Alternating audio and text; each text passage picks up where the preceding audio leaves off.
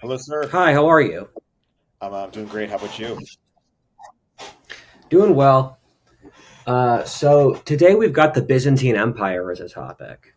And this is a strange historic era to cover because it's not a linear narrative where for the rise of Christianity or the Atlantic slave trade, it's a single set historic event that occurred over the course of a few centuries. And the Byzantine Empire is more so this block of geographic territory. And it's comparable to those tower defense games where you have a road and then there's a bunch of enemy waves of attackers going through the road. And you have to build up towers to defeat the enemy force. And that's what the Byzantine Empire's history is like, because the geographic center of all land on Earth is in Turkey. And Turkey is the capital of what was the Byzantine Empire. And so it was constantly being attacked on all sides. And most people have never heard nor care about the Byzantine Empire. If you ask the average American on the street, almost no one will know about it, which is sad to me in that it lasted for 1,000 years. And people like to bisect and describe the Middle Ages as the period between the fall of Rome and the fall of Rome. And what that means is the Western Roman Empire fell in 476, the Eastern Roman Empire fell in 1453. And so that 1,000 years is the Middle Ages. And so the Byzantine Eastern Roman Empire is from the fall of Constantinople, from the founding of Constantinople as the capital of the Eastern Roman Empire to the conquest of Constantinople by the Turks in 1453. And the Byzantines are really they're a story of gradual decline, but I don't think that's what it had to be. In that, I think if you changed a handful of historic events, the Byzantines would still be around today. And they would either be an empire on the size of China or something really like a really big empire, or they would be an important nation state in the Balkans and Turkey. And the yeah, it's one of those tracks that doesn't really go anywhere in the modern world, and we have a very modern centric focused theory of history, and that we don't care about what happened 1,000 years ago or 2,000 years ago, but it's still one of the major world civilizations. Why do you think it's so underappreciated relative to what it should be? It's the answer I often give in this podcast that most people know absolutely no history. And so expecting them to know about an empire a long time ago in a faraway place, that's not going to happen. I mean, most Americans don't know about the Napoleonic Wars, and that's very recent in countries that are culturally very close to America. And Yeah. one of the things you find with anthropology is that anthropology with the Byzantine Empire, it doesn't really know where to put it because we have these pre-established narratives of how the world works in history. Where in anthropology uh, you have Asian and Western, and as we'll see in this podcast, the Byzantines are both Asian and both European. They have traits that they're halfway between that, and so the Byzantines they're in long time ago, far away, and they're not a convenient historic narrative either, in that they don't fit into any part of our current worldview. That makes sense. Well, I'm excited to get into some alternative history, but first, maybe we should get to the actual history. Yeah. So this episode starts with the fall of Rome episode. So if you guys want backstory, check that out. Rome is coming out of the crisis of the third century. And remember, the fall of Rome is two-step. The first step is the crisis of the third century, in which Rome experiences dozens of civil wars. And keep in mind, Rome is a giant empire that stretches from Britain to Arabia. And with the fall of Rome, um, you see the empire split between East and West. And this started with Constantine, where the Roman Empire became this very autocratic, bureaucratic, expensive state to manage.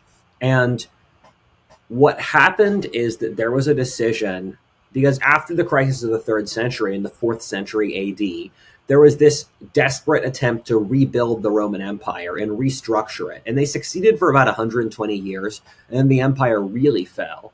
But one of the innovations they made is that the Roman Empire was so huge, it's wider across than America, that they thought we should split it up. And there were a handful of different splits. One of them was they had North Africa and Italy being a territory, Britain, France, Spain being one, the Balkans, the Middle East, all independent. And what they finally settled on was the division of the empire into eastern-western halves. And this always was part of an underlying cultural difference between the western and the eastern half of the empire, and that the western half of the empire were Latin speakers, and this is North Africa, Italy, France, Spain, Britain. In the eastern half of the empire were Greeks, and the eastern half of the empire were Greeks, and the Greeks were a very important cultural undercurrent to the Roman Empire because they were culturally related peoples. So the Romans, through forming their empire, they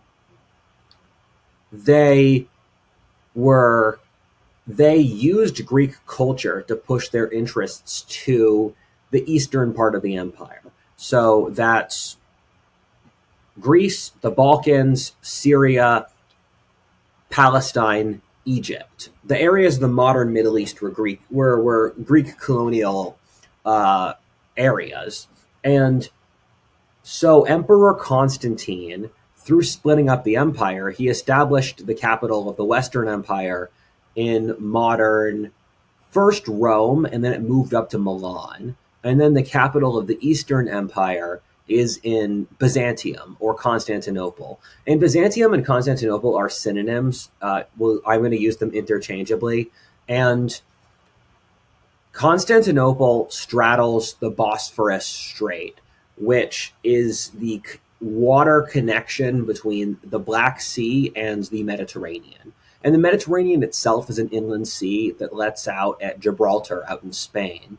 And the Black Sea, Europe really has a thing for inland seas. You have the Mediterranean, the Black Sea, the Baltic Sea, all which let out in very small straits. And Constantinople has been an important city for the whole period since. And Constantinople, or as it's called today, Istanbul, is probably my favorite city in the world. I've been to Turkey. It's a wonderful place. It has a lot going on. It's truly a world city, and it has one of the best geographic positions of any city in the world, where just to get that kind of geographic choke point is pretty rare. And it was a Greek port city because the area of Western Turkey and Constantinople, it's ethnically Greek, and it's been ethnically Greek for 3,000 years. And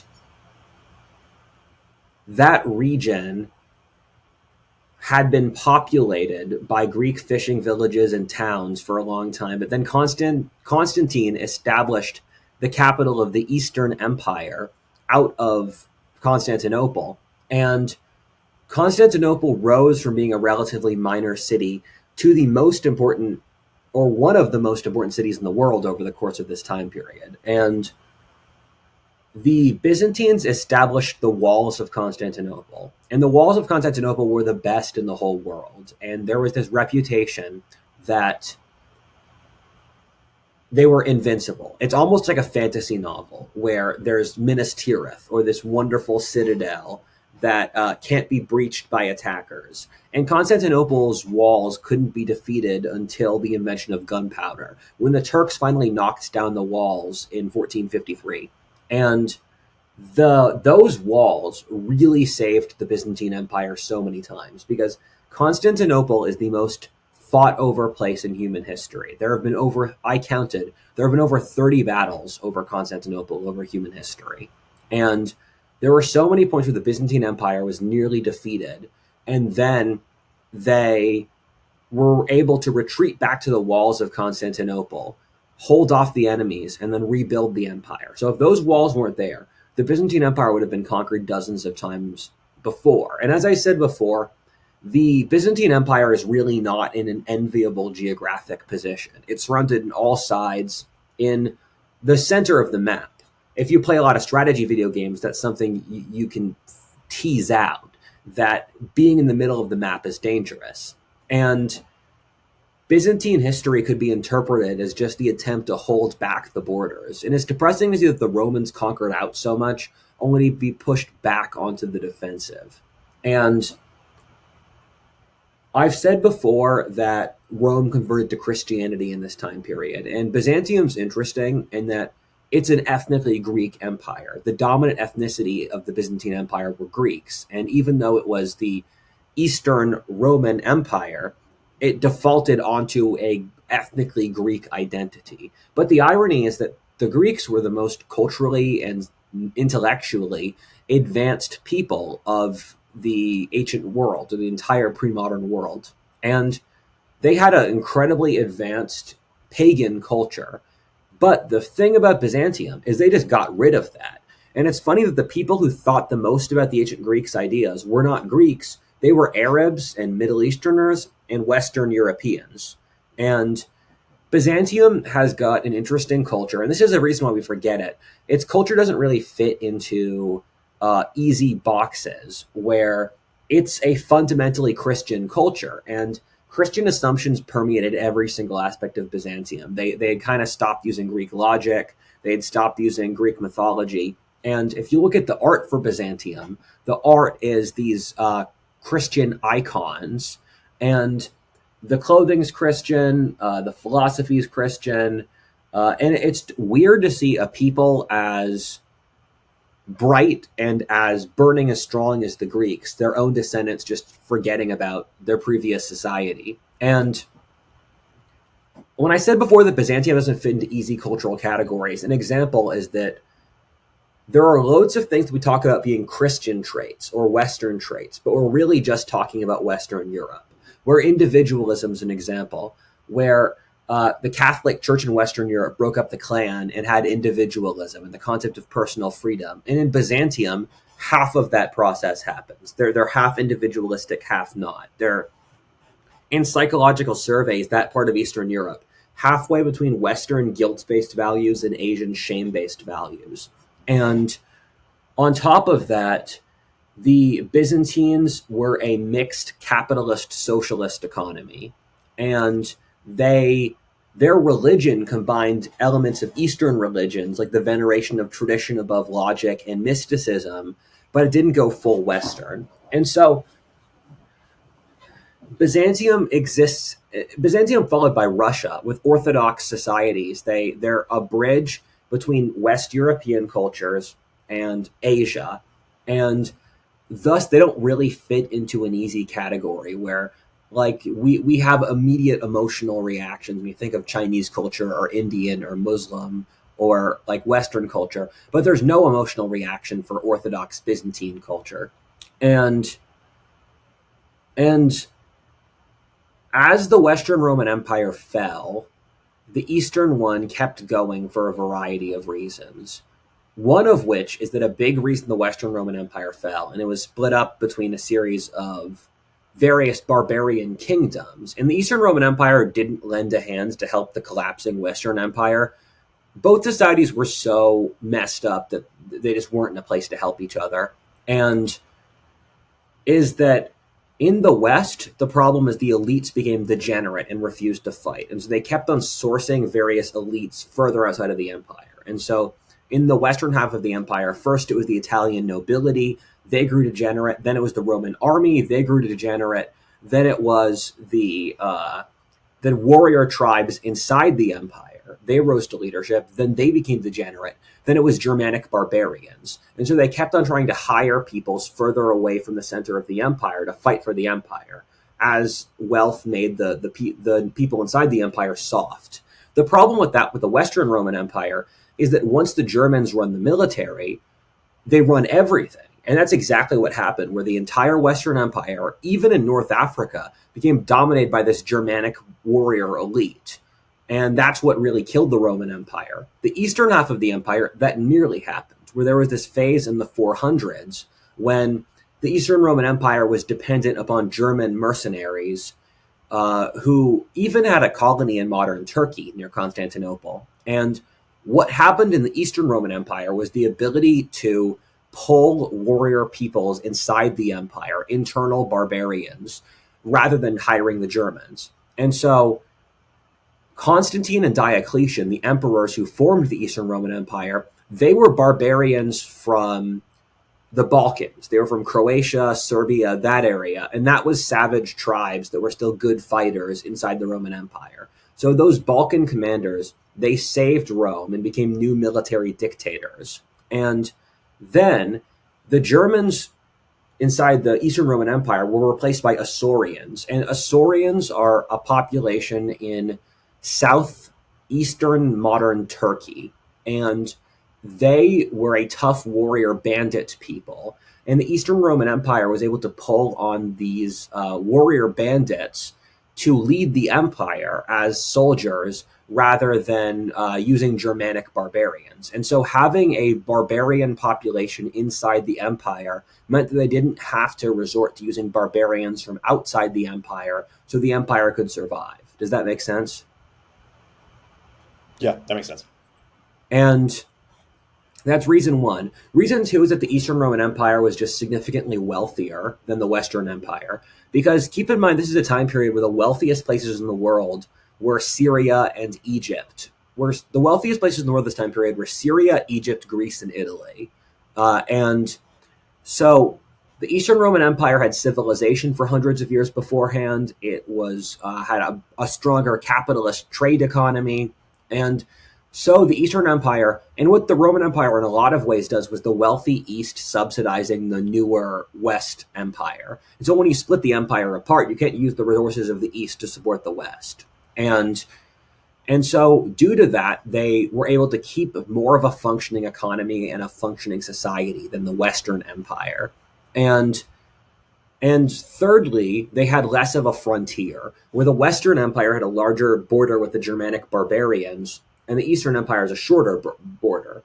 And that doesn't mean that the fall of Rome era was easy for the Byzantines either, where the Byzantines could be attacked on really two different axes. You have the border on the Danube in the Balkans in modern Romania, where various tribes were north of that. And then you had the border against the Persians in Syria and Iraq.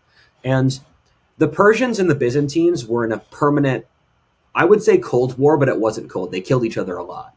There was a 700-year period from the time of the Roman conquest of the Western Middle East all the way out to the rise of Muhammad, where the Middle East was stuck with the same borders. Western half were Byzantine Greek speakers.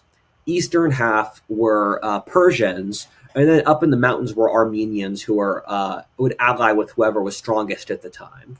And so the Byzantines were constantly threatened on their Persian border. And ironically, the concept of knights stems from the Persian cavalry. They had heavy knight cavalry, and the Byzantines started using and copying the Persian knights, and they called them cataphract. And cataphract is Greek for boiling tea kettle. Because the idea is if you're fighting in the Syrian desert and you're wearing all this armor on a horse, you're basically a boiling tea kettle.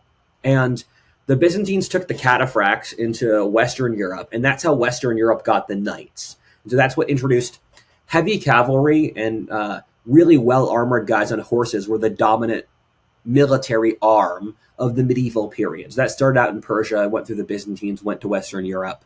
And the Byzantines and Persians fought so many wars without really much gain. The Byzantines would periodically sack the Persian capital of Ctesiphon, and the Persians briefly took Syria and Egypt, and we'll get to that later.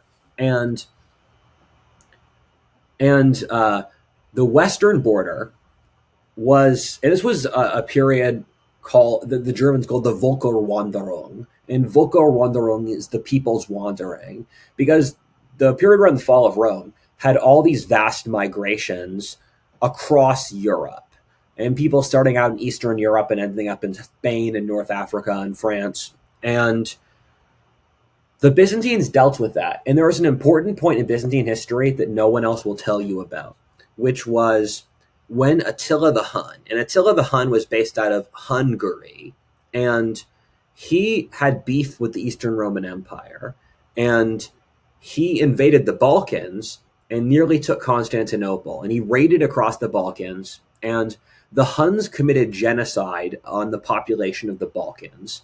And this is a very, very important historic detail because the Balkans is where the Eastern Roman Empire pulled their men from. And so the genocide of the Balkans resulted in the removal of the population that was the tax base and the fighting base for the Eastern Roman Empire. If that population hadn't been wiped out, that entire region of the world would still be speaking Greek today.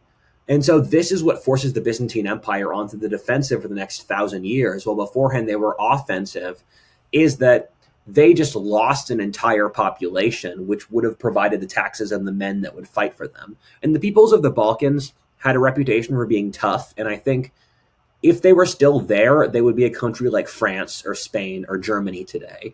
But they got wiped out, and then the Balkans was later filled by Slavic peoples. This is 100 years later, where the Slavs are the Czechs, the Poles, the Serbians, the Russians.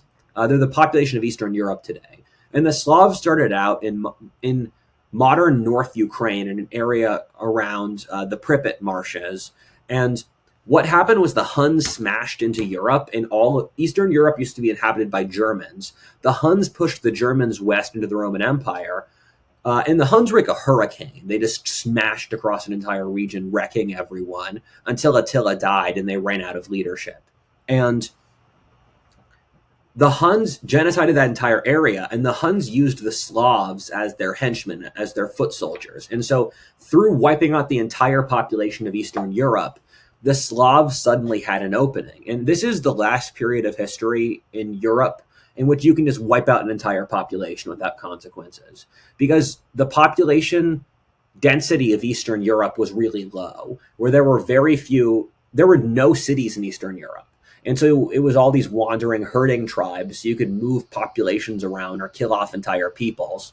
And so the Slavs populated the entirety of Eastern Europe, and they started going into the Byzantine Balkans. And we're getting ahead of ourselves. We're moving like 100 years ahead of where we normally are in the story. But for continuity's sake, it makes sense to talk about this now. The Slavs went into the Balkans, and the Slavs established kingdoms like Bulgaria, Serbia, Croatia, Bosnia, Montenegro. The Balkans used to be a unified country that was populated by the relatives of the modern Albanians. And the Byzantines pulled a lot of men from there. But instead, the Balkans under the Slavs became divided up into all these tiny warring kingdoms, which were exactly the kinds of places which kind of killed the Balkans' technological progress. Because the Balkans went from being one of the most advanced places in the world to being pretty primitive, because the Slavs were the least advanced people in Europe in that time period. And that's a big thing that actually gave them their edge, because the more advanced your population gets, the less will it has to fight, the less will it has to breed, all that stuff. And so the Byzantines were pushed onto the Greek-speaking coasts, and the Slavs even went down into Greece. And this is really funny, but there was this huge political controversy when there was this anthropologist who suggested that the modern Greeks aren't descendants of the ancient Greeks. And to be clear, I do think the modern Greeks are descendants of the ancient Greeks, but there was enough Slavic migration, and this made the Greek nation fall into hysteria, because the modern Greeks can't not be descendants of the ancient Greeks, because modern Greece hasn't accomplished enough to be proud of to not be able to be proud of the accomplishments of their ancestors.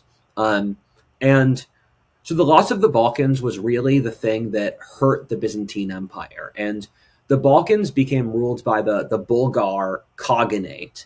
And the Bulgars were ethnic Turks, and they had armies of Slavs under them, which is why Bulgaria is a Slavic country today. And the Bulgars and the Byzantines fought a tremendous amount, and they the Bulgars had their big empire, which encompassed the entire Balkans, and they and the Byzantines fought. The Byzantines held onto the coast around the Balkans, and the Byzantines were dependent off naval warfare. And their entire empire, in classic Greek fashion, was frogs around a pond. And inevitably, what happened after the centuries is the Byzantines beat the Bulgars, conquered them, and the Byzantines were able to reestablish authority in the Balkans by conquering the Bulgars and in turn converting the Bulgars to Orthodox Christianity. And that was the origin of the conversion. And it started a process which converted all of Eastern Europe, or a large part of Eastern Europe, from Albania up to Russia to Byzantine Orthodoxy. And something the Byzantines were very good at was their diplomacy. The Byzantines might be the best people in world history at diplomacy. And the diplomacy that we're talking about here is not the diplomacy that we talk about today, where people will often say we should use diplomacy rather than war, or we need to use diplomatic negotiations to get through this difficult geopolitical situation. But when people talk about diplomacy in previous societies, what they mean is I will start a civil war in my enemy's country. I will pay off different factions inside my enemy's country so that they keep fighting each other. I will pay another country to attack another country so that they don't attack me. That's the sort of thing. I will convert another country to my religion so that they have to get priests from me. I will make another country trade partners with me so that they will want to work with me. And the Byzantines were the best people in the world at that stuff. And the problem is the Byzantines were constantly acting out of a deficit of men. And so they had to use diplomacy and cunning to defeat their enemies because they had all of these barbarian peoples that were constantly going after them. And thus they used things like strategy or diplomacy or intimidation, where the Byzantine emperor, and the Byzantines were an absolutist monarchy, all republican values had died out way before this in Rome. And the Byzantine emperor had a mechanical chair. And the Byzantines weren't stupid. They were a pretty technologically advanced society, but they weren't very inventive. He had a mechanical chair that would lift him up towards the heavens when barbarian delegations would come in to show him that the Byzantine Empire had godlike technology. Or the walls of Constantinople itself were a diplomatic statement to other peoples. Yeah, you don't want to mess with us. Do you have any questions so far? Well, you mentioned you went a couple hundred years or 100 years in advance. Should we sort of flush out the? Yeah, we should. So I got on a Balkan tangent, and so we ended up going further into the Balkans history. But the first big phase after the Byzantines got the Isaurian leadership and they were able to keep the empire going while the West fell is that the Byzantines had a leader named Justinian, who is the most famous Byzantine emperor ever. And this is the late 5th century. And Emperor Justinian was a peasant, an ethnic peasant Slav.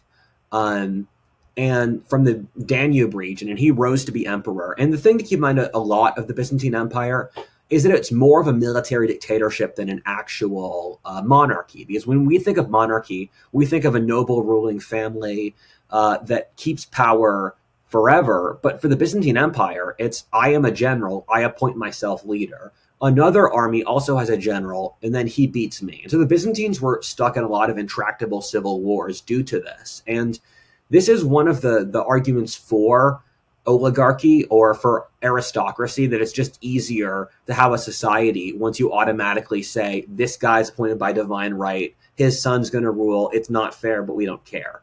And just so you'd have leaders, and something I will give the Byzantines credit for is they had pretty good, so the Byzantines had pretty good social mobility, where if you were a peasant boy, a lot of the peasants were a lot of the emperors were former peasants. So they had social mobility like that. And also the Byzantine Empire was the society it was the urbanized advanced society in the world at this era, which treated women the best as well.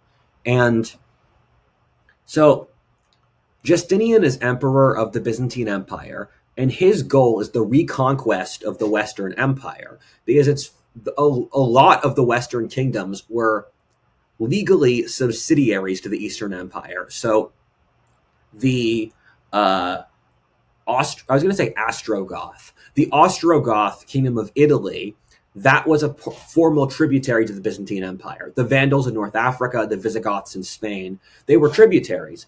But Justinian wanted to call their bluff. So Justinian launched a series of invasions of North Africa, Italy, and Spain. And he conquered all of Italy and all of North Africa briefly and seized a little bit of the southern part of Spain. And these territories were run by small Germanic aristocracies on top of large native Latin-speaking populations, and so they were relatively easy to wipe out.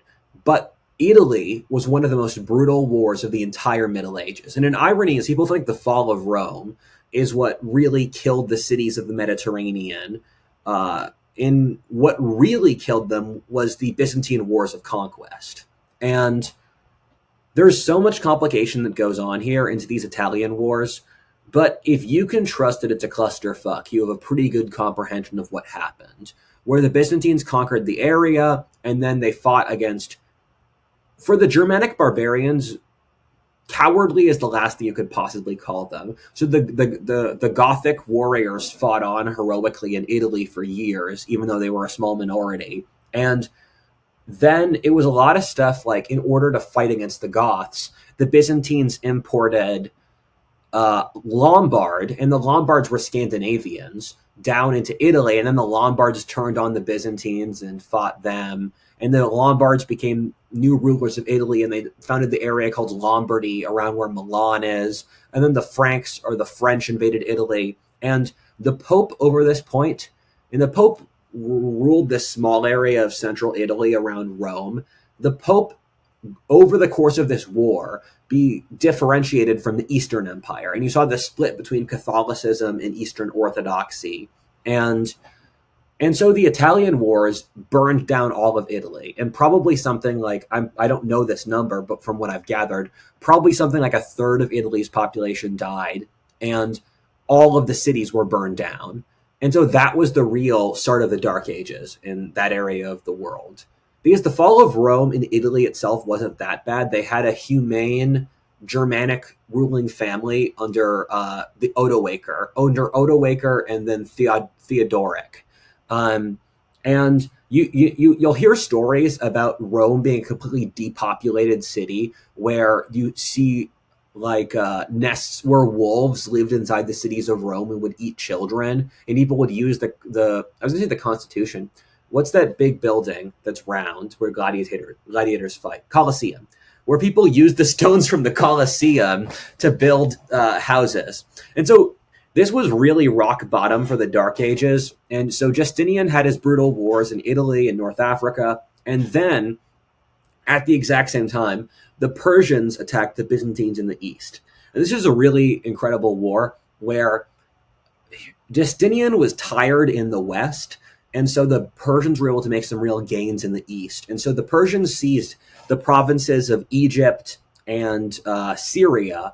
And then under Justinian, the Byzantines had one of their best leaders ever, that being Belisarius. There was Belisarius and the eunuch Narses, where a eunuch is a guy who's had his dick cut off, and the Byzantines used them for governance.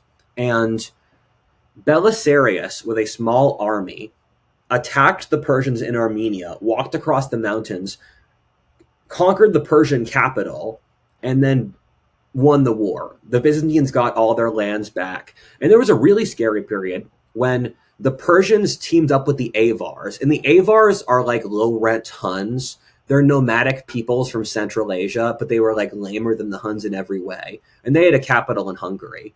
Hungary was like it was a nest of these aggressive nomadic tribes inside Europe.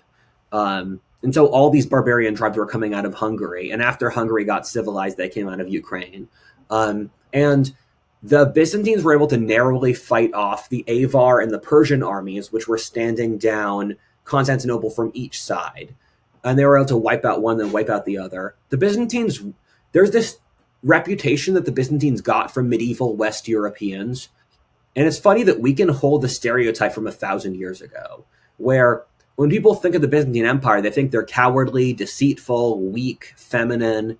And that was what the Crusaders thought when they came to the Byzantine Empire. Um, because they thought the Byzantines were the Crusaders were like uber chads, and so the Byzantines were not as aggressive as they were. So they thought the Byzantines were all those things, and those are generally true. But the Byzantines were also genuinely innovative and tough and hardworking and that stuff. And by the time the Crusaders showed up, the Byzantines had become more. The Byzantines were in a bad place when the Crusaders showed up. But it's funny that, like, if you talk to most medieval history people today, they would just continue to state this stereotype from 1,000 years ago. And so the Byzantines were able to win those wars.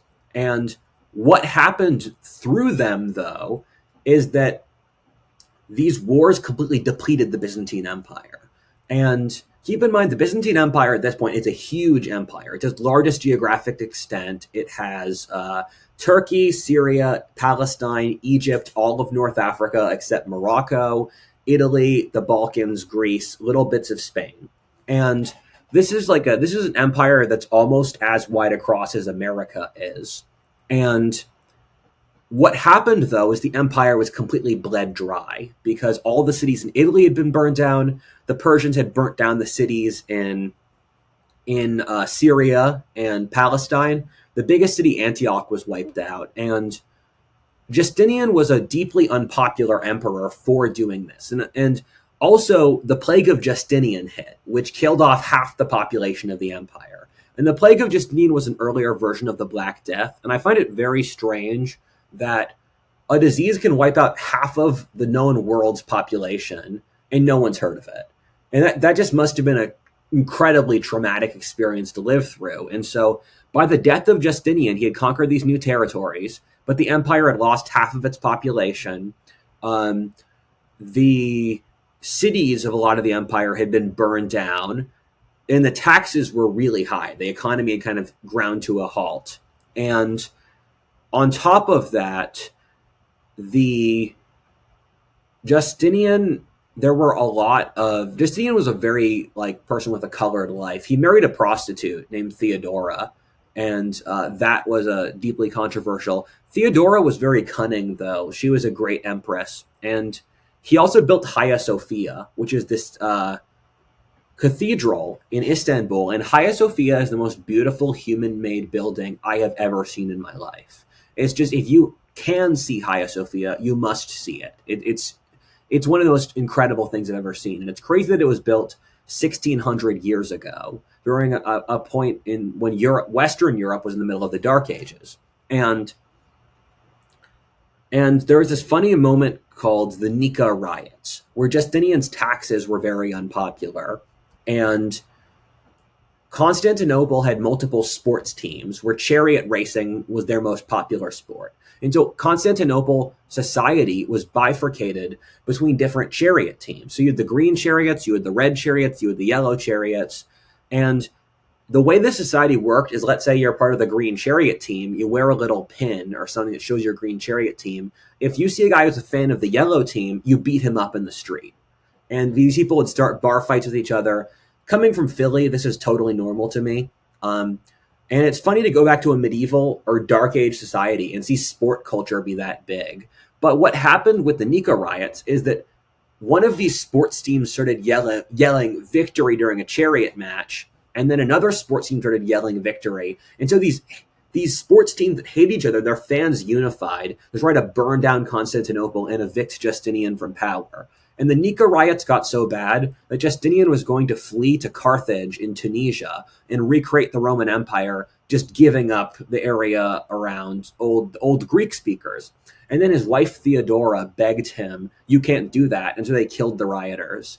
And so with the death of Justinian, the Byzantine Empire is in a precarious place, but a large geographic empire. And then what happens is the Muslims, where the Prophet Muhammad shows up.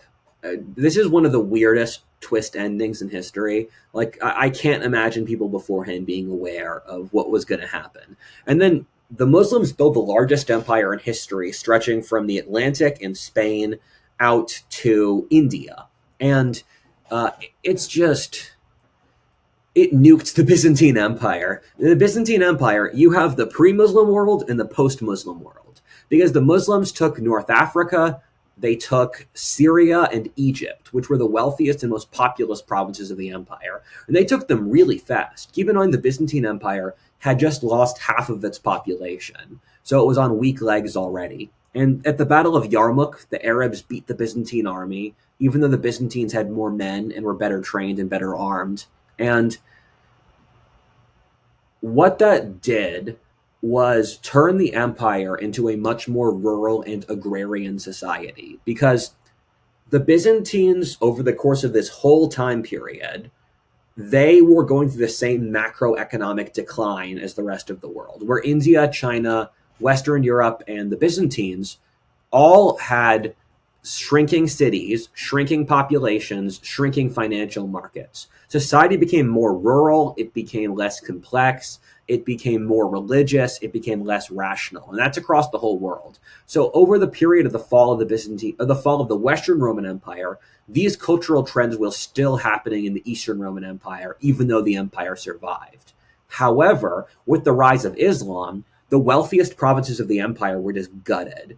And so, what the rest of the empire turned into was a very rural, agrarian, religious, simple minded society. And so, it was like the collapse of civilization, but without the word for it, where it was just decline. And there was a point where the Muslims nearly conquered the Byzantine Empire. And the Byzantine Empire's lowest point was around 900 AD, when the Slavs had taken the Balkans, and the Muslims had taken most of the empire. So the only real territory the Byzantines had was Turkey, little slivers in like coastal cities on the Balkans, and then a couple little dots in Italy. And an irony is the island of Sardinia off the western coast of Italy, that was a Byzantine possession. But the Byzantines cared so little about it that they just stopped sending men or asking for taxes. So Sardinia was on paper a Byzantine colony for a century, but they never spoke to Constantinople. And the Byzantine Empire was based off naval trade, and the Arabs nuked that. The Arabs became hugely successful pirates. So that forced the Byzantine Empire into this dark age, and it's really incredible where the Arabs nearly took Constantinople. There was a siege in 720, and there was a couple other sieges, and the Arabs would send these giant war parties into central Turkey, and the Byzantines were able to narrowly survive. And in the siege of Constantinople, they used the coolest thing ever, where they had the Byzantines had a thing called Greek fire, which is it's a flamethrower. So you put oil into the flamethrower, and then you light the enemy ships on fire. So the Byzantines used their flamethrowers, and keep in mind the Middle East has had oil forever, so they're using this Middle Eastern oil that we use for cars for flamethrowers.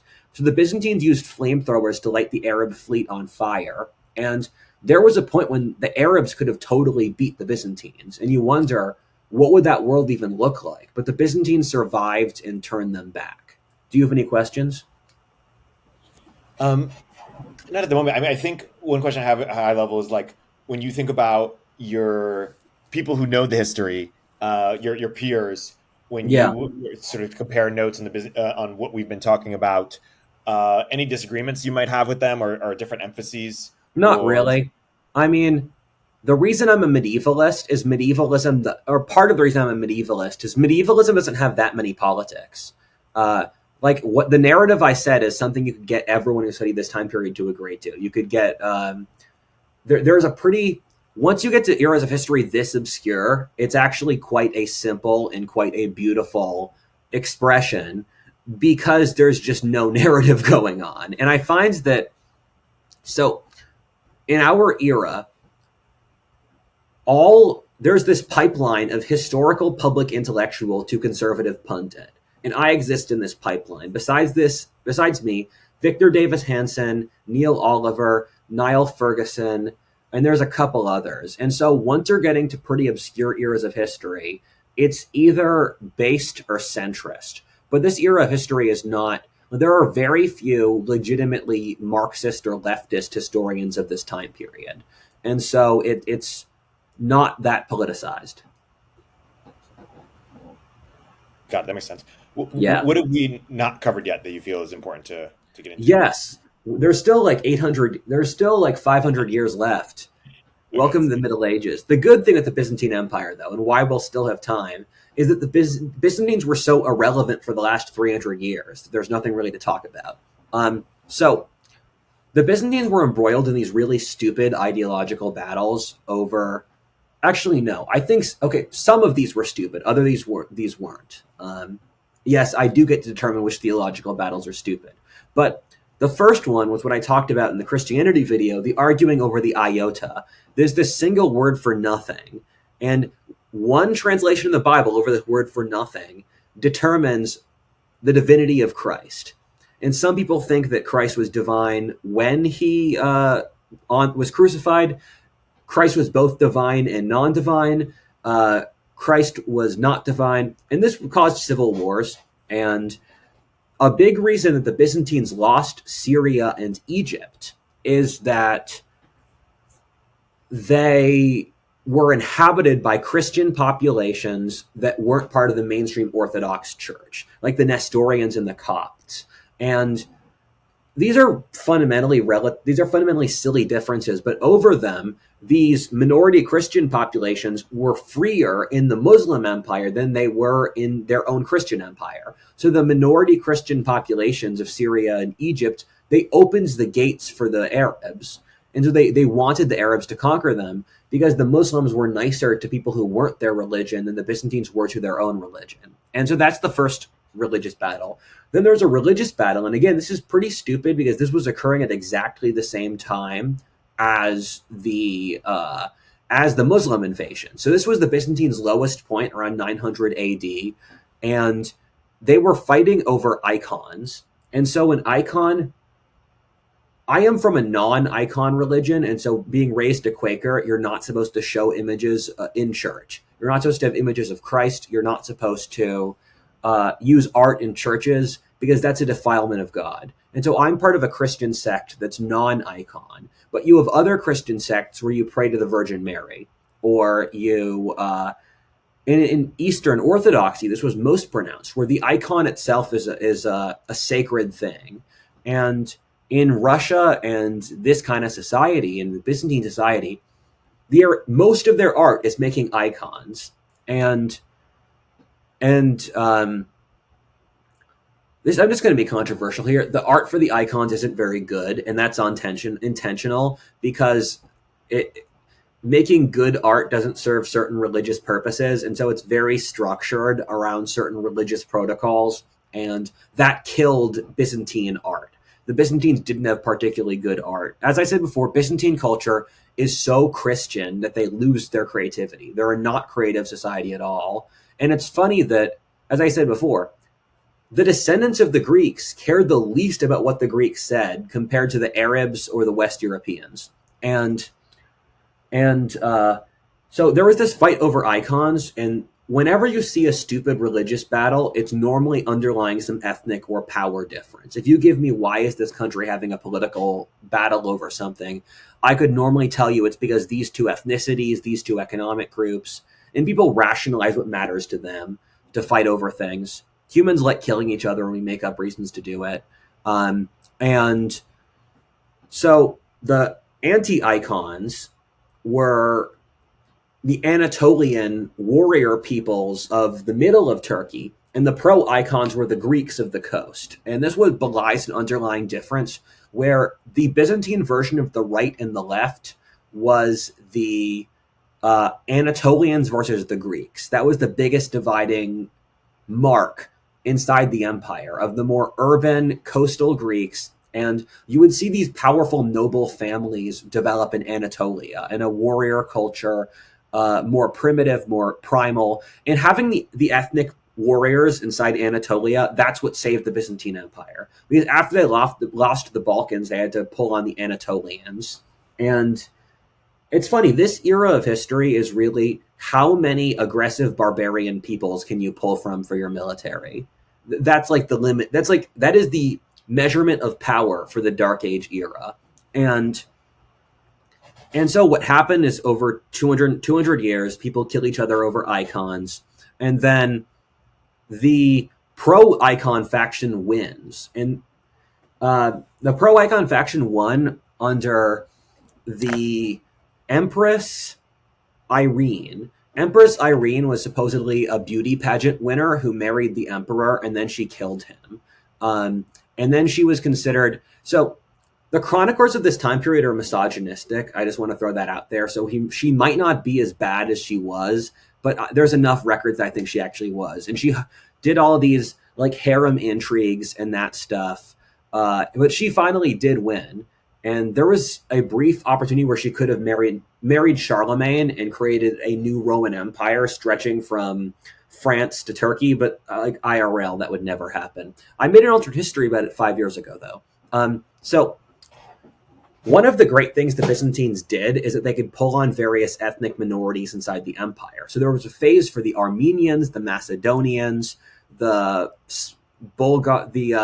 friggin' Balkan peoples, and the Macedonian emperors revitalized the empire around 1000 AD. And this was the Byzantine Golden Age, and it's comparable to Western Europe starting in 1000 AD, started to have its upswing. And it suggests that if the Byzantines survived, they would have probably, I think if the Byzantines survived until today, they would be like, they'd be a modernized, industrialized superpower.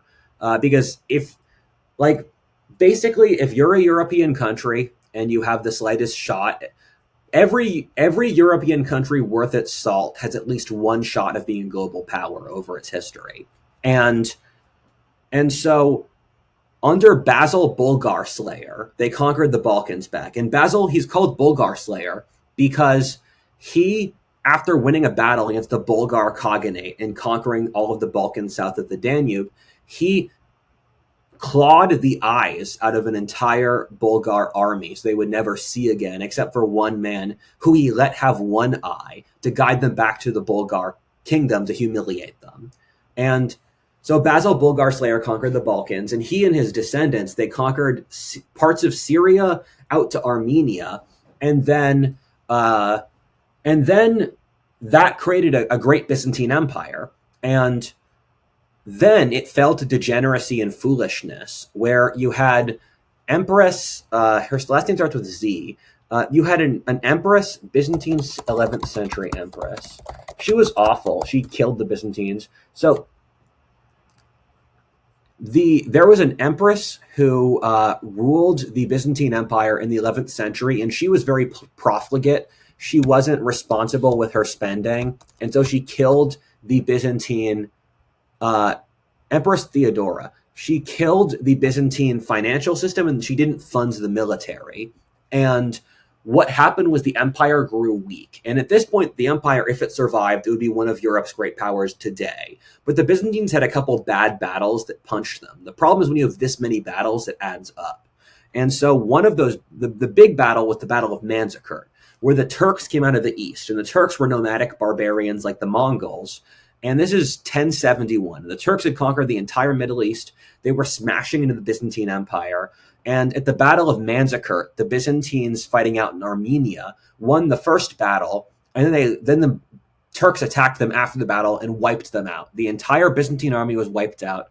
And then the Turks took modern Turkey, changing its name from Anatolia to Turkey. And the loss of Anatolia is the worst thing that happened to the Byzantines. This one battle determined their survival, because losing Anatolia means they lose their warrior people. They lose the lands where the strong nobility comes from. And so the Byzantines at this point just had the Balkans and Greece. And so the Turks were pushing up against them. And the Turks colonized and assimilated Turkey, making it Turkey.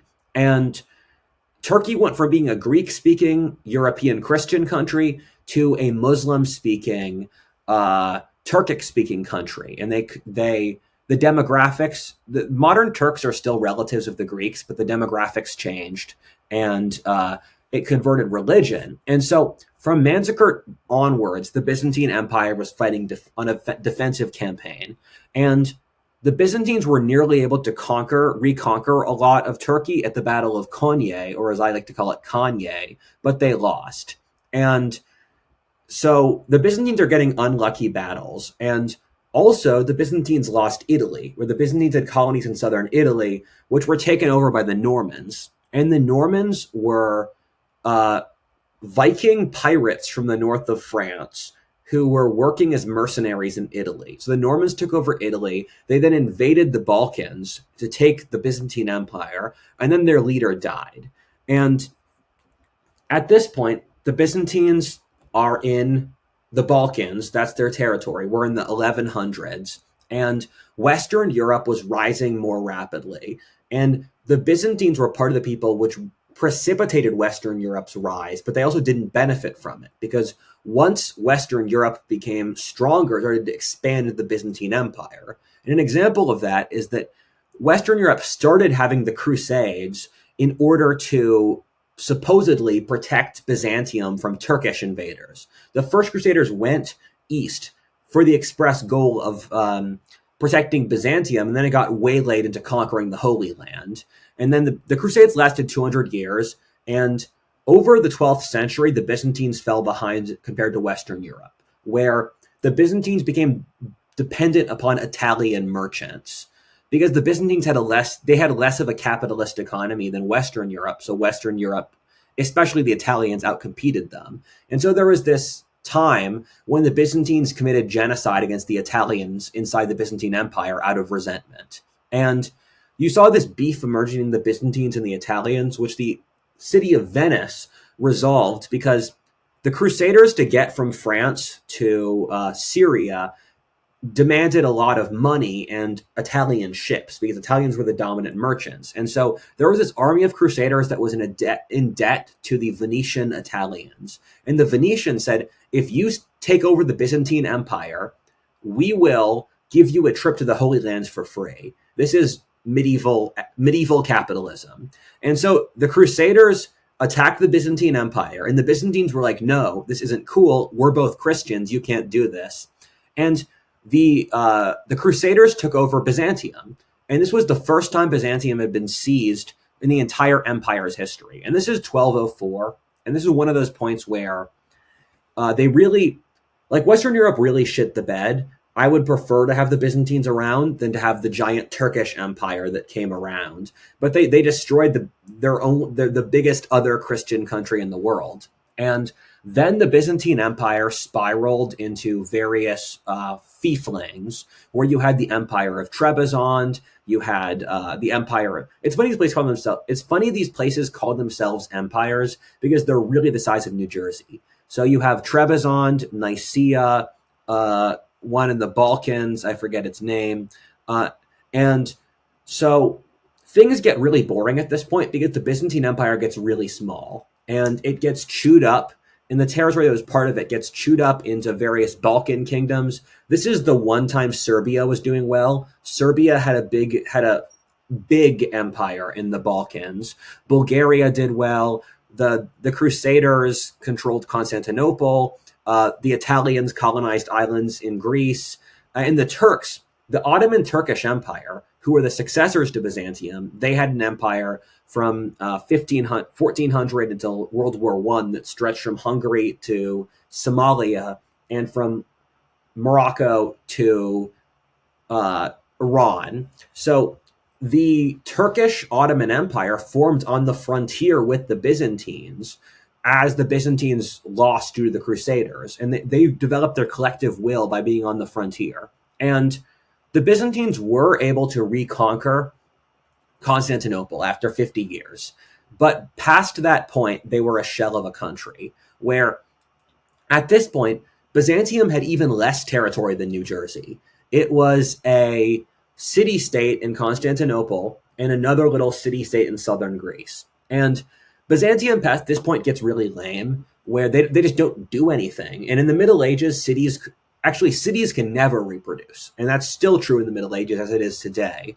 But because there was no territory, Byzantium's population grew smaller and smaller, so much so that over the course of the 14th century, I think Constantinople started with 1/3 the population it had at the start of the 14th century, at the end of that century. And Byzantium became completely pathetic, and it was totally dependent upon Italian merchants who kept it artificially alive. And it was still it's still one of the most historic cities. And so the Turks were building their great empire out of this time period. And they're the Turks owned all the Balkans and all of Turkey at this point. And they surrounded the city on all sides. And so the Turks kept on trying to take Constantinople, to destroy the final piece of the Roman Empire, and to make the Turkish Empire, to make Constantinople their capital. And the Turks tried this for like over a century, and it was still hard to beat Constantinople. And so they kept on. The Turks first tried to do it, and then Tamerlane came out of the east. And Tamerlane was an Uzbek warlord who, out of his own personal charisma, built a giant empire that encompassed most of Central Asia and the Middle East. Tamerlane wiped out the Turkish Sultan right before he was going to take Constantinople, when he put the Turkish Sultan in a cage that he hung on the castle's walls. So that forced the Turkish state to restart. And then, after that, they were finally able to knock down Constantinople's walls. And the Turks did this through hiring a Hungarian gunsmith who asked the Byzantines first to work with him. They said no. He worked for the Turks. And you needed cannons and guns had developed by this point to break down the walls of Constantinople, because the walls were so thick. The walls were so thick that you couldn't take them out. And finally, after a very long and difficult siege, and you guys should watch the Netflix documentary on this siege if you'd like, the Turks wiped out the last bit of the Eastern Roman Empire. And an empire that had lasted for 1,000 years was dead. An entire civilizational trajectory into the ash heap of history. I love that as a wrap up. Is there any other alternative history you want to point us to or introduce? Yeah. You guys should watch my alternate history I made in this topic, which is what if the Byzantines won at Manzikert? Because they would still be a country today, and I think they'd be a pretty advanced country. I think Byzantium would be comparable to Russia or France. And because when you go to Turkey, the people there look white. You can tell that it's a European society. And it's funny. The climate of Turkey is the same as the American Northeast, which is something I didn't expect. Where you drive around Constantinople, it looks like Pennsylvania or New York or New Jersey, one of those states. And you go out to middle of Turkey. I love Turkey. It's one of my favorite countries. The middle of Turkey, I was there in April and it was snowing. And so this isn't a Middle Eastern country. And it's also interesting to look at Byzantine culture, where they had, for example, Byzantine philosophy was on a completely different trajectory, and it was all obsessed with Christian stuff. And you know the joke, how many angels can you fit on a pinhead? How many? I don't know. I'm not stuck in a retarded amount of medieval philosophy. No, but the joke is that that's what medieval philosophy was about. It's a fake example, but that's kind of what Byzantine philosophy was in a completely different direction. And yeah, I mean, Byzantium in its legacy created Russia, because when you think of alternate histories, Byzantium itself died. Its long-term impact was that the Byzantines converted the Russians to Orthodox Christianity, and the Russians always called themselves the Third Rome, and thus. Imagine if Russia didn't convert, because Russia could have stayed pagan. It could have gone Islam. It could have gone Western Christianity. And there were even Jews. There was the Jewish kingdom of Khazaria in the modern Caucasus. And so the Russians could have converted to Judaism, hypothetically, but they converted to the Eastern Orthodox Christianity. And something that was going on there is that this is a great segue to next episode, the history of Russia. Is that the Byzantines were dependent upon Viking mercenaries, because the Vikings conquered Russia. And so the Byzantine royal guard were Vikings called the Varangians, and they were always the shock troops and the people who would protect the emperor. Yeah. It's pretty fascinating. Like, I don't remember learning about this in high school. Is this the topic? There's no chance. No chance you learned about this in high school. But it's this huge empire, a lot of cool stuff. Never heard about it. And the thing is, like um, medieval empires, they're pretty like badass. Like a lot of really cool stuff happens. You don't hear about it. Yeah, yeah, it's pretty wild. Well, awesome. This is a great overview, and I'm excited for I'm the segue to Russian history. Yeah, I'm glad that you like the Byzantine Empire. I was surprised this is the topic you're interested in, because it's pretty obscure. But yeah, next episode's Russia, and let me give some books. So this was a popular new book on this topic, the New Rome Empire in the East. This is the most famous book on the topic, Byzantium by Cyril Mango. Uh, Peter Brown's the best author on late antiquity, the world of late antiquity. And if you want anything in the Middle East, just read Will Durant. Will Durant's Age of Faith is just anything on medieval Europe. So, sounds good. With that, yeah, great way to close. Rudyard, always a pleasure. Until next Of week. course. I feel exhausted today. Can we talk about the other stuff next week?